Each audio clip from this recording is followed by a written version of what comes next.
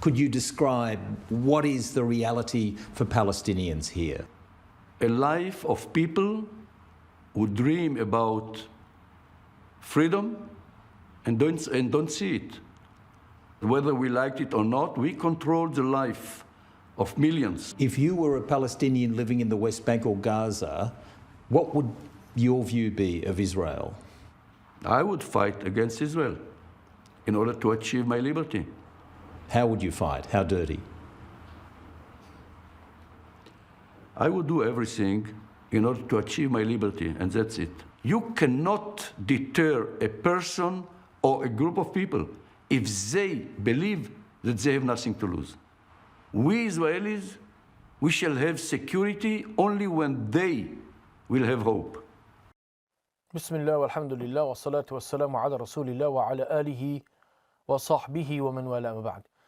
Jama'at al-Muslimin, respected viewers, Assalamu alaikum wa rahmatullahi wa barakatuh. Ahlan wa sahlan wa marhaban bikum jami'an, aynama kuntum. Welcome to each and every single one of you, wherever you might be. This is our program, Palestine, the Holy Land. And today is the 7th of October, 2025. And history didn't begin on the 7th of October, 2023.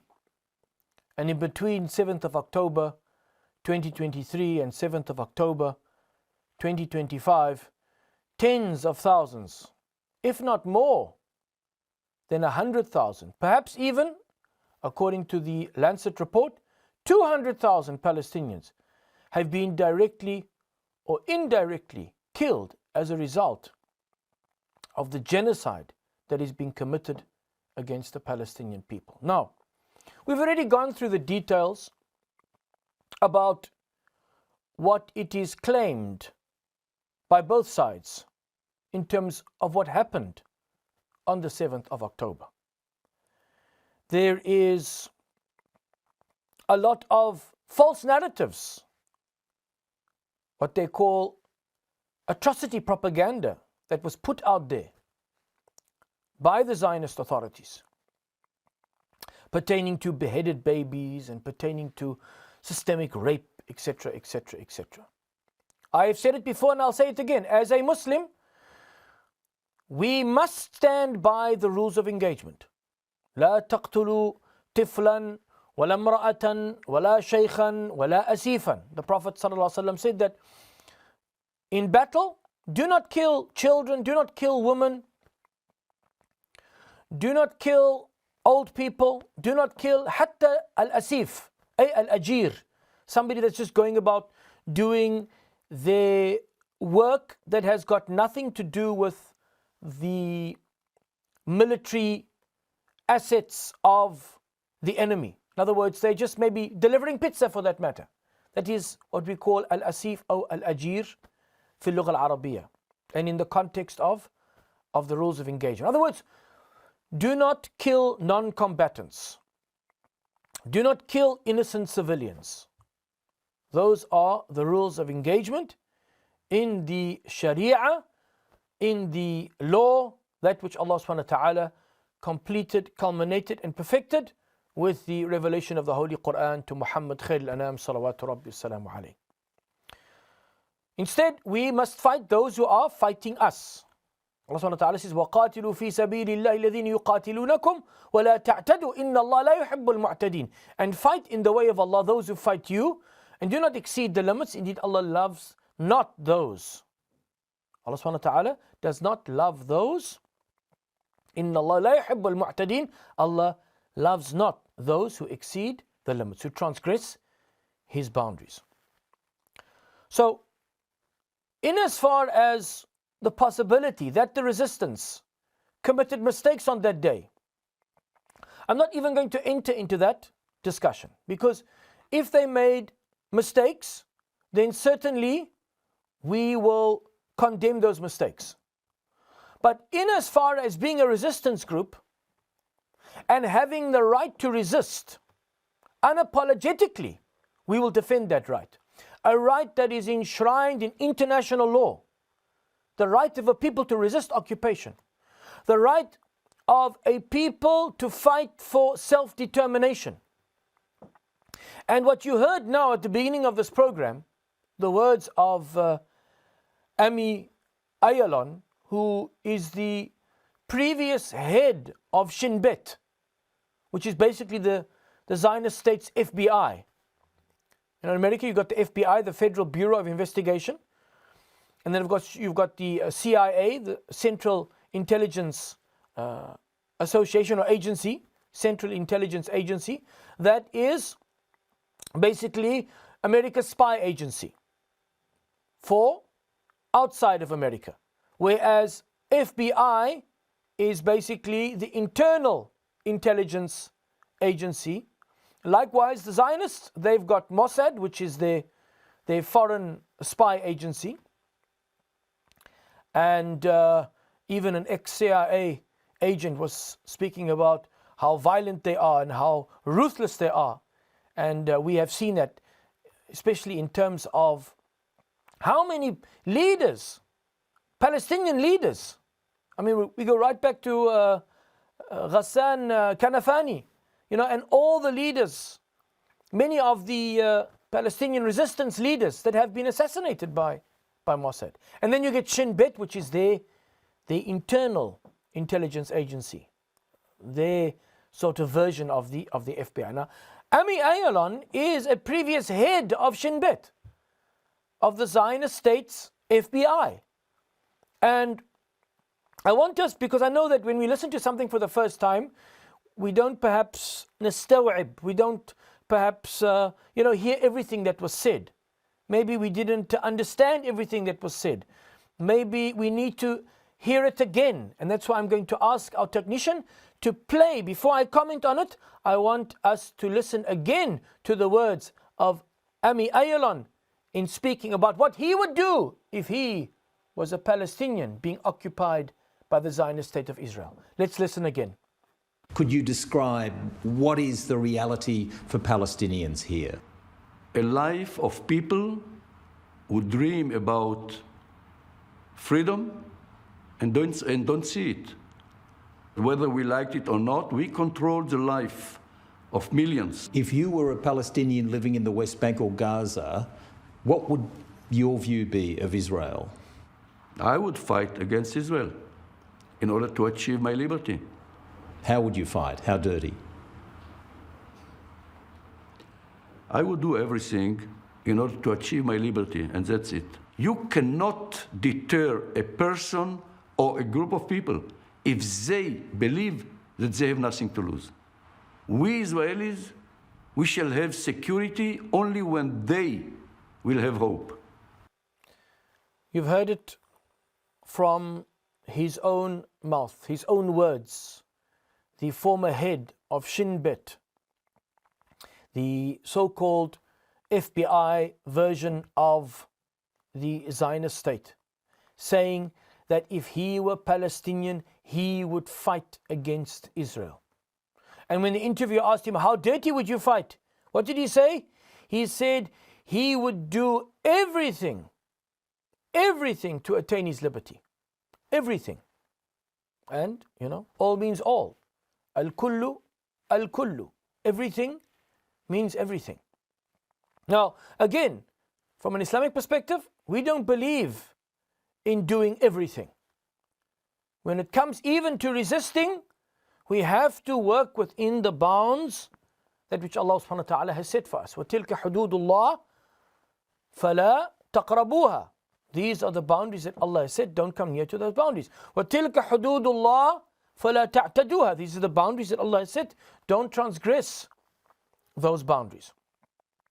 And what we know is that Hamas, Al-Harakat Al-Muqawamat Al-Islamiyya, which I prefer to, when I speak about them, especially in the English language, I prefer to say the resistance. Lest one should forget that they are a resistance group that is exercising their legitimate right to resist an occupation. And because the word Hamas is an Arabic acronym, has no meaning in the English language. It stands for Al-Harakat Al-Muqawamat Al-Islamiyya, the Islamic resistance movement, which was only formed in about 1987 under the leadership of Al-Shaheed Al-Marhum Ahmad Yassin. And Palestinians have been resisting occupation for much longer than that, since 1917. Since 1917, although they didn't initially pick up arms. I mean, the first major clash, one could say, between any resistance group and the British authorities when Palestine was still under British occupation was in 1935, when Izzuddin al-Qassam, an imam from Syria, who basically led a small band of resistance fighters against the British occupation, and he was martyred in 1935.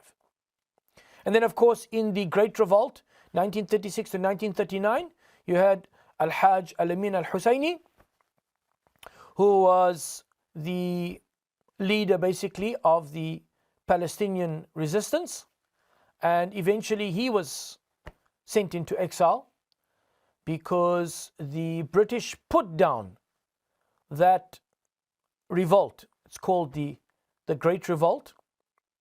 1936 to 1939, the British put that revolt down. They broke the back of the Palestinian resistance. They broke the back of the Palestinian resistance. They brought in a lot of auxiliary troops, and we've spoken about Ord Wingate, the Christian Zionist captain in the British forces that was training the Zionist militias for these special night raids, teaching them how to invade the Palestinian villages and basically ethnically cleanse the Palestinian villages. And also he taught them the dark arts of collective punishment. Oh yes, if a Palestinian during the Great Revolt, 36 to 39, if even one round of ammunition was found in a Palestinian's house, their house would be demolished. So the Zionists have learned so much. They have learned so much from the imperial powers in terms of how to occupy a people, how to steal land, how to steal resources, how to put down resistance, how to implement collective punishment, arbitrary, what they call administrative detention. One of these arbitrary arrests. We're just going into, we see it almost on a daily basis in the West Bank. The Zionist forces going into Palestinian villages and Palestinian towns and just arresting en masse. And the Zionists have learned so much. They learned so much from the British, and they've taken also so much from the Americans. And the Americans haven't just given them knowledge and intelligence in terms of how to carry out their occupation, but have even armed them to the teeth with their 2,000-pound bombs and the F-35 jets and etc., etc. So, Ami Ayalon, what did he say? And this is the crux of the matter. Today is the 7th of October 2025. We want to understand, and especially for those who perhaps haven't understood up until now, it's now imperative that you understand what are the Palestinians fighting for, and how this struggle of the Palestinian struggle is a struggle that is now over 100 years old. In actual fact, it's 108 years old. It will be, if we take the entry of Allenby on the 11th of December 1917, to be sort of the culmination or completion. There might have still been pockets here and there of fighting that took place afterwards, but that was the symbolic occupation by the British of the Ottoman territory of Palestine, was symbolized by the entry of General Allenby into Al-Quds, into Jerusalem, on the 11th of December 1917. So the 11th of December 2025 will be 108 years of occupation, 108 years of struggle.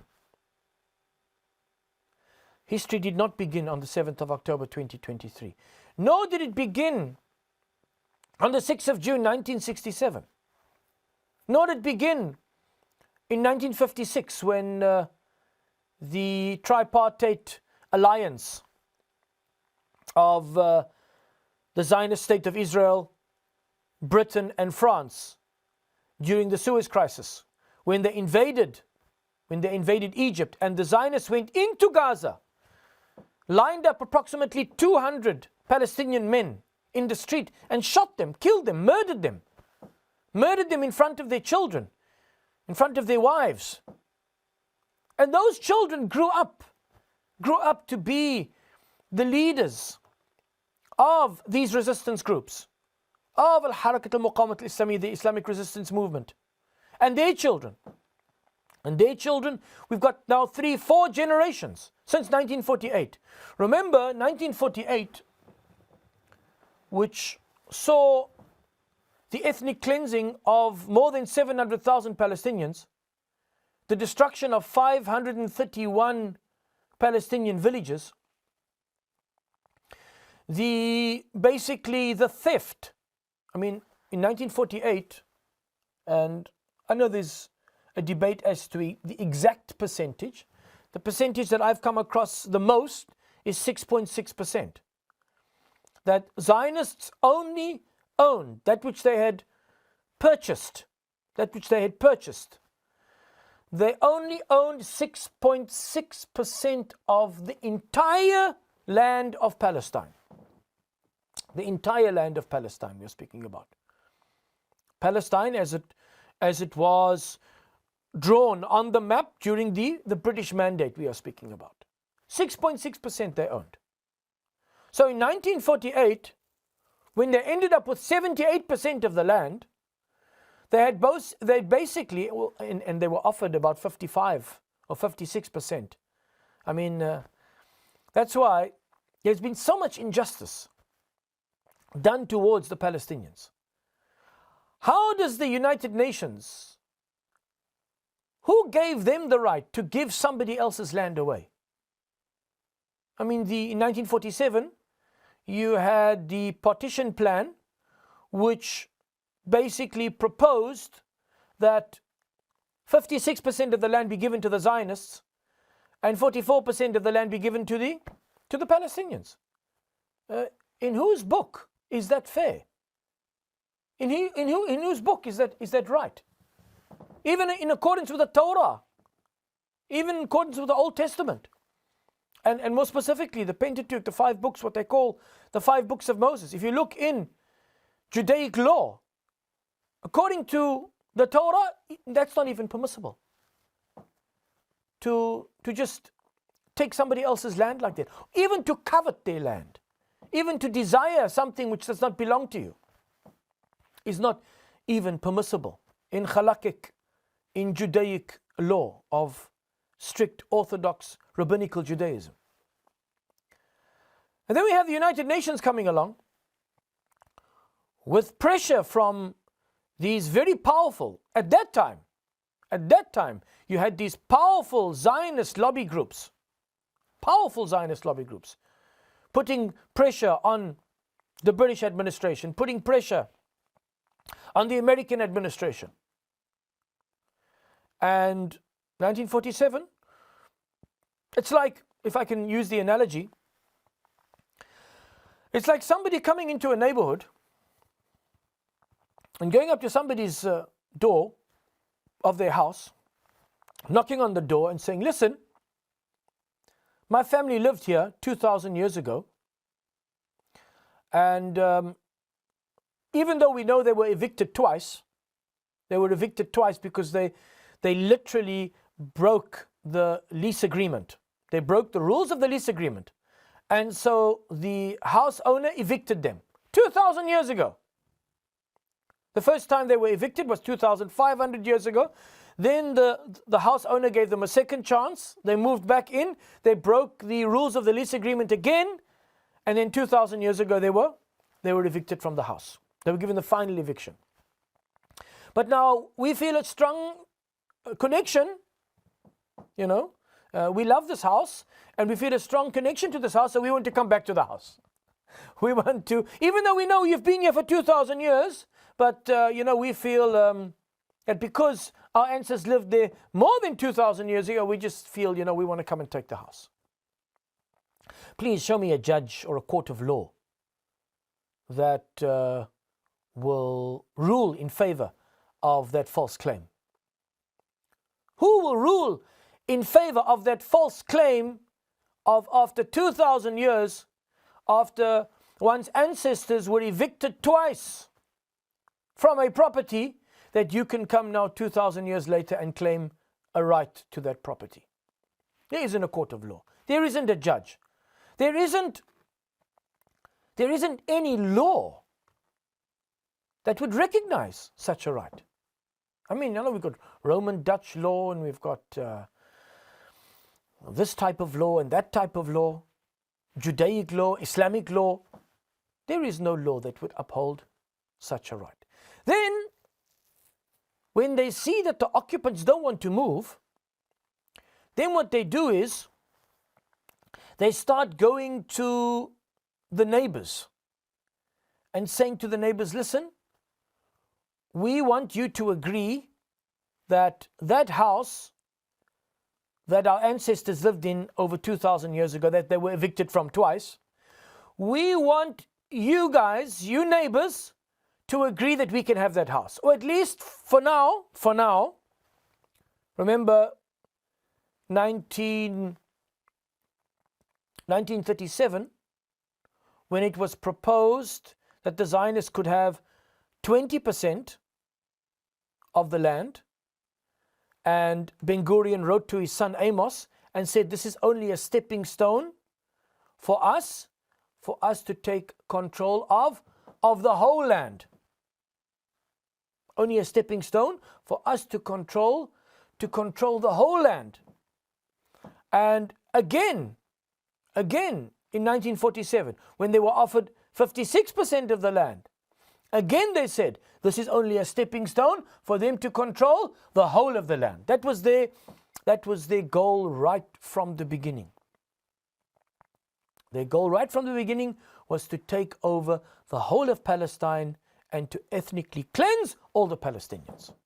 Theodor Herzl wrote it in his diary in 1895. What did he write? He wrote that we shall spirit the penniless poor across the border.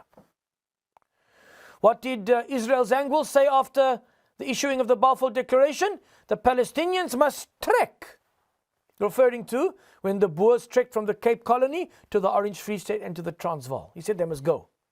In fact, Israel Zangwill, out of all the Zionist leaders, the early Zionist leaders, Israel Zangwill was the most consistent when it came to advocating for transfer for ethnic cleansing. Then Jabotinsky in 1939, what did he say? He said, let us get the American Jews to pay $500 million and let us transfer the Palestinians to Iraq and to Saudi Arabia. If we can move the people of the Baltic states, then we can transfer the Palestinians. Let's go for a short break. We'll be back thereafter bi'idhnillahi ta'ala. Wassalamu alaikum wa rahmatullahi wa barakatuh. Bismillah walhamdulillah wassalatu wassalamu ala rasulillah wa ala alihi wa sahbihi wa man wala ma ba'd. Jamaat al-Muslimin, respected viewers, once again assalamu alaikum wa rahmatullahi wa barakatuh. Welcome back to our program Palestine, the Holy Land. And just before the break, we were speaking about the whole concept of the right to resist. And that the Palestinian people and the Palestinian struggle did not begin on the 7th of October 2023. The Palestinian struggle on the 11th of December this year, 2025, will be 108 years old. 108 years old. And we were looking at the fact that this would be something that would be deemed unacceptable anywhere else in the world. America would never allow anybody to come into their land and just lay claim. They wouldn't even allow the original indigenous people of the land, the First Nation people, the so-called Native Americans. They would never allow them just to come and say, listen, you guys kicked us out of Texas, and now we want Texas back. We have spoken before about the harrying of the North and how the Anglo-Saxons and the alliance that they made with the Scandinavian people of the north of England, how they stood up to William the Conqueror, who had now, the Normans had now occupied England. 1066, the Battle of Hastings. By about 1070, there was a huge uprising in the north of England, that they were now resisting the occupation of this foreign power, these French Vikings, because that is what Normans are. Normans are from Normandy. They are French Vikings. Rollo the Ganger, they called him Rollo. He was too big to ride on a horse. That's why he used to walk wherever he went.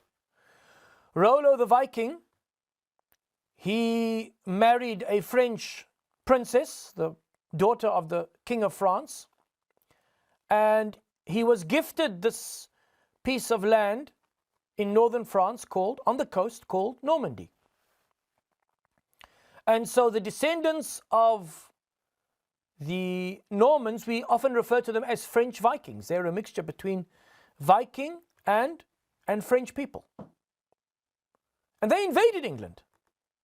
They invaded England in 1066, and then they invaded Ireland in the 12th century. In fact, one of the Irish kings went and sought help from Henry II, and he sent one of his battle-hardened warriors by the name of Strongbow to invade Ireland, and they subsequently occupied Ireland as well. But this harrying of the North, it was a genocide. William the Conqueror committed a genocide. He issued a scorched earth policy, and over 100,000 people were killed. Do the English people, will they for one split second say that their ancestors in northern England didn't have the right to resist? That William the Conqueror had the right just to come over and rape and murder and pillage and steal land and cause widespread famine amongst the people? Wal-'iyadhu billah, starvation like we are seeing in Gaza today. So there's a lot of hypocrisy, there's a lot of double standards that are going on in the world, especially in terms of what we see happening at the United Nations.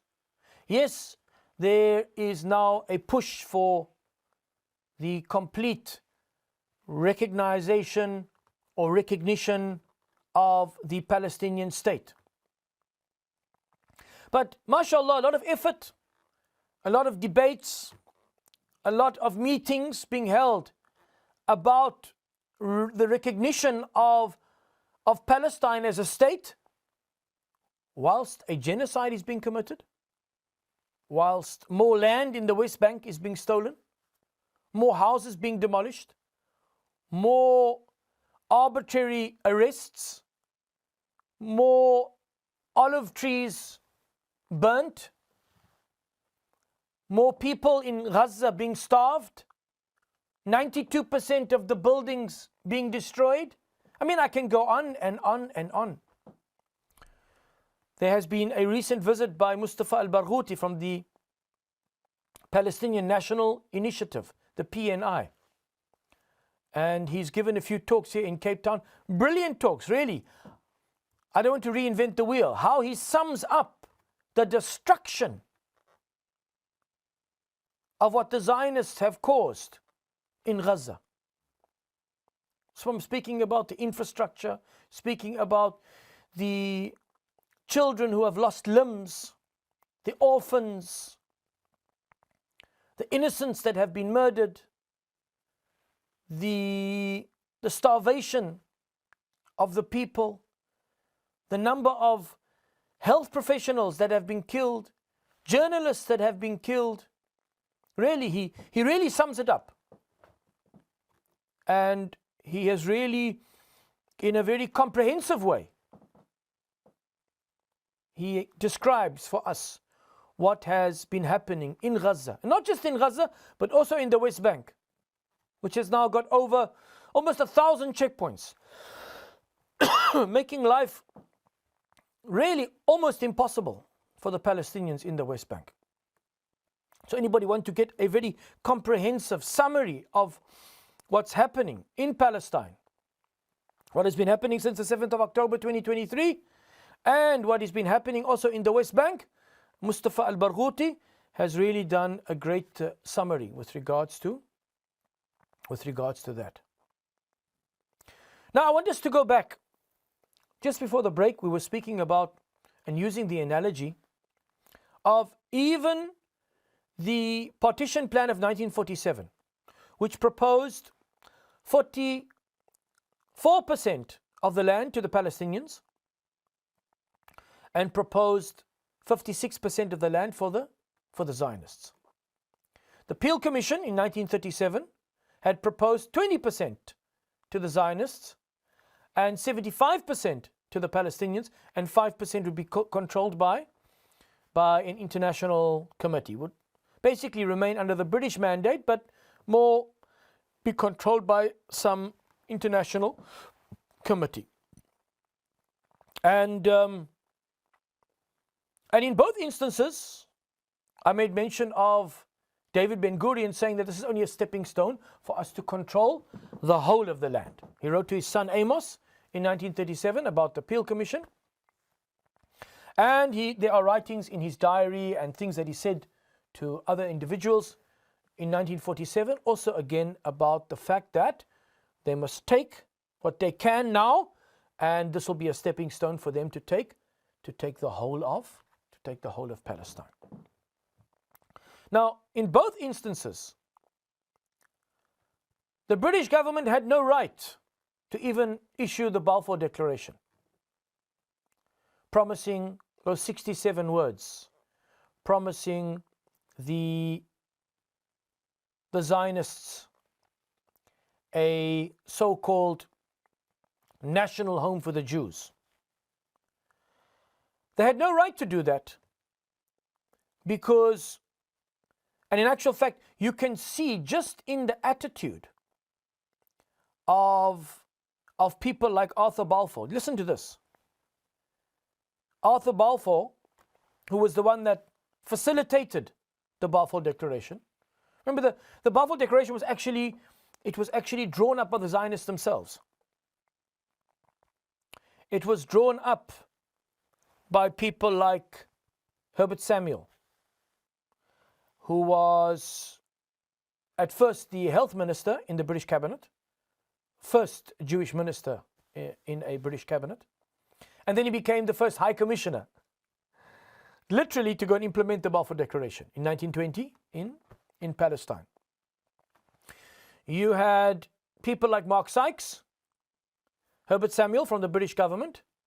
You had people like Chaim Weizmann and Nahum Sokolow, who were the leaders of the Zionist movement. This is now after the death of Theodor Herzl in 1904. You had people like Moses Gaster. You had even people like Jan Smuts. Jan Smuts also had a hand in the Balfour Declaration, it is said. And many others. But basically, they were the ones that came up with the prototype. And I've said this before, the 67 words of the Balfour Declaration cannot be understood without reading the Herbert Memorandum. The Herbert Memorandum of 1915 where Herbert Samuel himself basically is selling the idea to the British cabinet, how it will benefit the British Empire if they must do this favor to the Zionist Jews. And you can read it on the internet. Just look up the Herbert Memorandum, 1915. During most of 1916, that is when these Zionists came together, both Jewish Zionists and Christian Zionists, because Mark Sykes was an ardent Christian Zionist. Arthur Balfour himself became a Christian Zionist. David Lloyd George was a Christian Zionist. Winston Churchill was a Christian Zionist. I mean, these are the three heads of the British administration. Lord Balfour, Arthur Balfour, and David Lloyd George was the Prime Minister, and Winston Churchill, who was at one time the Secretary of War. This is now before he becomes Prime Minister during the Second World War. And just to give you an idea of how unjust the whole concept, like the analogy I made earlier, where basically you have this person coming and going to the neighbors and saying, listen, so-and-so lives in that house. They don't want to vacate the house. I want to take the house because my ancestors lived there 2,000 years ago, even though they were evicted twice because they broke the lease agreement. But I want you to give me that house. I want the neighbors to take away somebody else's property and give it to me. That's basically what they were saying. And this is especially if you go into the details of basically the recognition of this partition plan, or the acceptance of this partition plan at the United Nations General Assembly. And you see the countries that voted in favor. And then you read those ambassadors of those countries, what they wrote in their personal diaries, and you hear about the threats that were made from the American administration, because you had an American administration that was under immense pressure from the Zionist lobby in order to see this partition plan being passed. So the Americans then strong-armed these weaker countries, these countries that they had influence over, and basically in some cases bribed them or threatened them.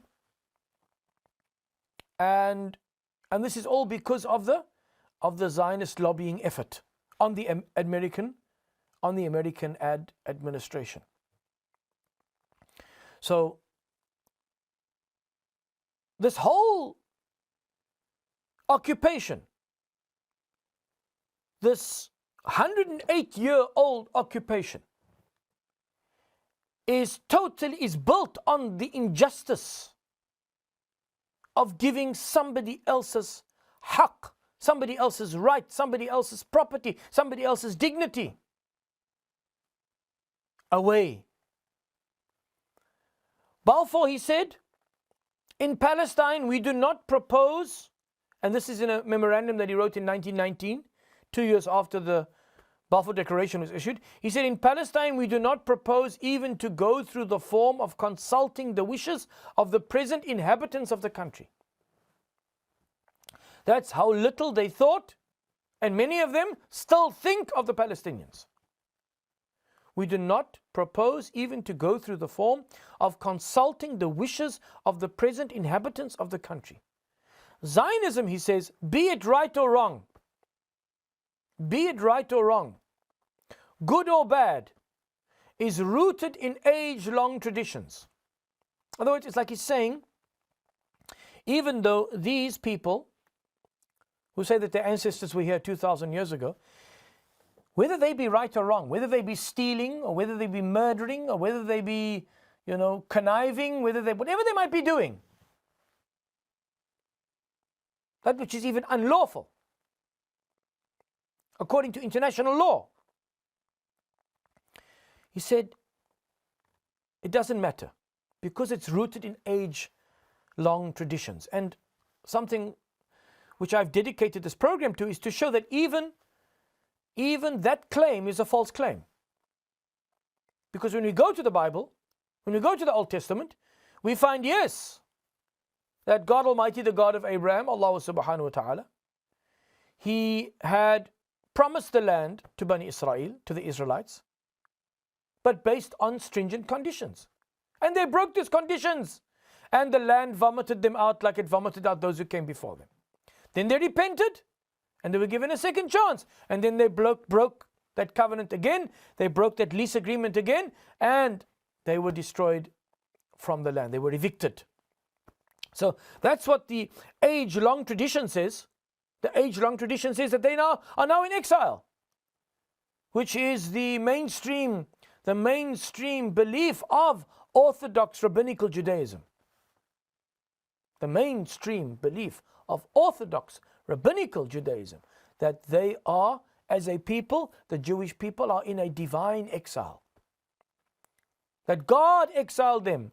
Allah subhanahu wa ta'ala, the God of Abraham, exiled them from the land. That is the age-long tradition. So it's all based on false narratives, and distortion of facts and lies. Again, I'm going to reread this quote. In Palestine, we do not propose even to go through the form of consulting the wishes of the present inhabitants of the country. Zionism, be it right or wrong, good or bad, is rooted in age-long traditions, in present needs and future hopes. Of far profounder import than the desires of the 700,000 Arabs who now inhabit that ancient land. His niece, Blanche Dugdale, who worked in the London office of the Jewish Agency with Chaim Weizmann, this is the niece of Arthur Balfour, she worked for Chaim Weizmann, indicated that Balfour was a Christian Zionist in her autobiography. Balfour's interest in the Jews and their history was lifelong, originating in the Old Testament training of his mother and his Scottish upbringing. But again, it's a distorted understanding. It's a corrupted understanding of the Old Testament. That's not what the Old Testament says. There is no third state or kingdom even mentioned in the Old Testament. And we've spoken about this, and we're going to go back, inshallah ta'ala, to those verses. وَإِنْ عُدْتُمْ عُدَنَا. Allah subhanahu wa ta'ala speaks about the two kingdoms that He gave to them, and then after their final eviction by the Romans, وَإِنْ عُدْتُمْ عُدَنَا. If you come back without permission, if you come back without sanction, by the will of the Almighty, if you go against His will, and you come back to the land to establish another kingdom, عُدَنَا, will come back to punishing you like we punished you under the Neo-Assyrians and the Neo-Babylonians and the Romans. So Balfour's interest in the Jews and their history was lifelong, originating in the Old Testament training of his mother. A corrupted Old Testament training. I'm saying that. It's a corruption of the understanding of the Israelites' relationship with this ancient land.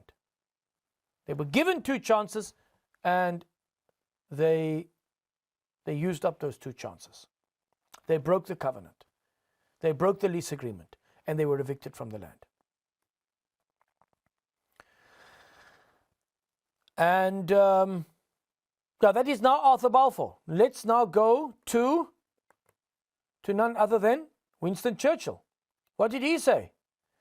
Winston Churchill said, I do not agree that the dog in a manger has the final right to the manger, even though he may have lain there for a very long time. I do not admit that right. I do not admit, for instance, that a great wrong has been done to the Red Indians of America or the black people of Australia.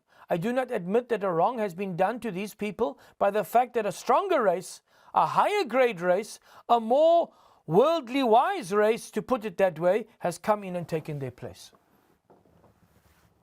Can you get more racist? Can you get more bigoted? Can you get more white supremacist? And these are the words of who? Of Winston Churchill, still hailed as a hero in Great Britain. And who is he speaking about when he says, I do not agree that the dog in a manger has the final right to the manger? He's referring to the Palestinians, comparing them to a dog that's been laying in a manger. And even though the dog has been laying in a manger for a long time, he doesn't have the final right to the manger. Even though the Palestinians, Winston Churchill is basically saying, even though the Palestinians have been in the land for thousands of years, they don't have the final right to their own land. Why doesn't he say that about the English? You know, the 800-year occupation of Ireland. In fact, they still occupy Northern Ireland. Double standards, hypocrisy. That's what it is. And that's Winston Churchill. And the fact that he says that a higher grade race, a more worldly wise race, where does he get this from? What is a higher grade race? Is that what Winston Churchill's Christian Zionism teaches him? That all men have not been created equally? That's not what the Bible teaches. And as the Holy Quran confirms, as Allah subhanahu wa ta'ala says in the Holy Quran, بعد أعوذ بالله من الشيطان الرجيم يا أيها الناس إنا خلقناكم من ذكر وأنثى وجعلناكم شعوبا وقبائل لتعارفوا إن أكرمكم عند الله أتقاكم إن الله عليم خبير.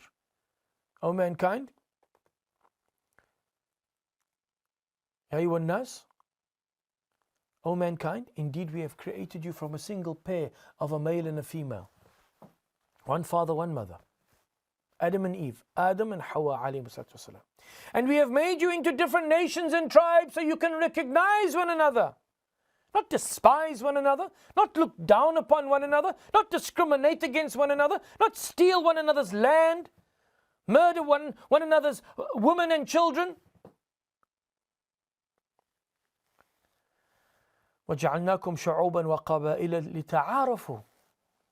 Made you into different nations and tribes so you can recognize one another. إِنَّ أَكْرَمَكُمْ عِنْدَ اللَّهِ أَتْقَاكُمْ. Recognize the rights of one another, the rights to liberty and freedom and dignity and self-determination. إِنَّ أَكْرَمَكُمْ عِنْدَ اللَّهِ أَتْقَاكُمْ. Indeed, the most honored of you in the sight of Allah is the one who is the most conscious and mindful of Almighty God, Allah subhanahu wa ta'ala. Inna Allah alimun khabir. Indeed, Allah subhanahu wa ta'ala is all-knowing, all-informed, Jalla fi ula. That's all we have time for today. We will return tomorrow, bi'idhnillahi ta'ala. Until then, I leave you all in the protection of Allah. Wassalamu alaikum wa rahmatullahi wa barakatuh.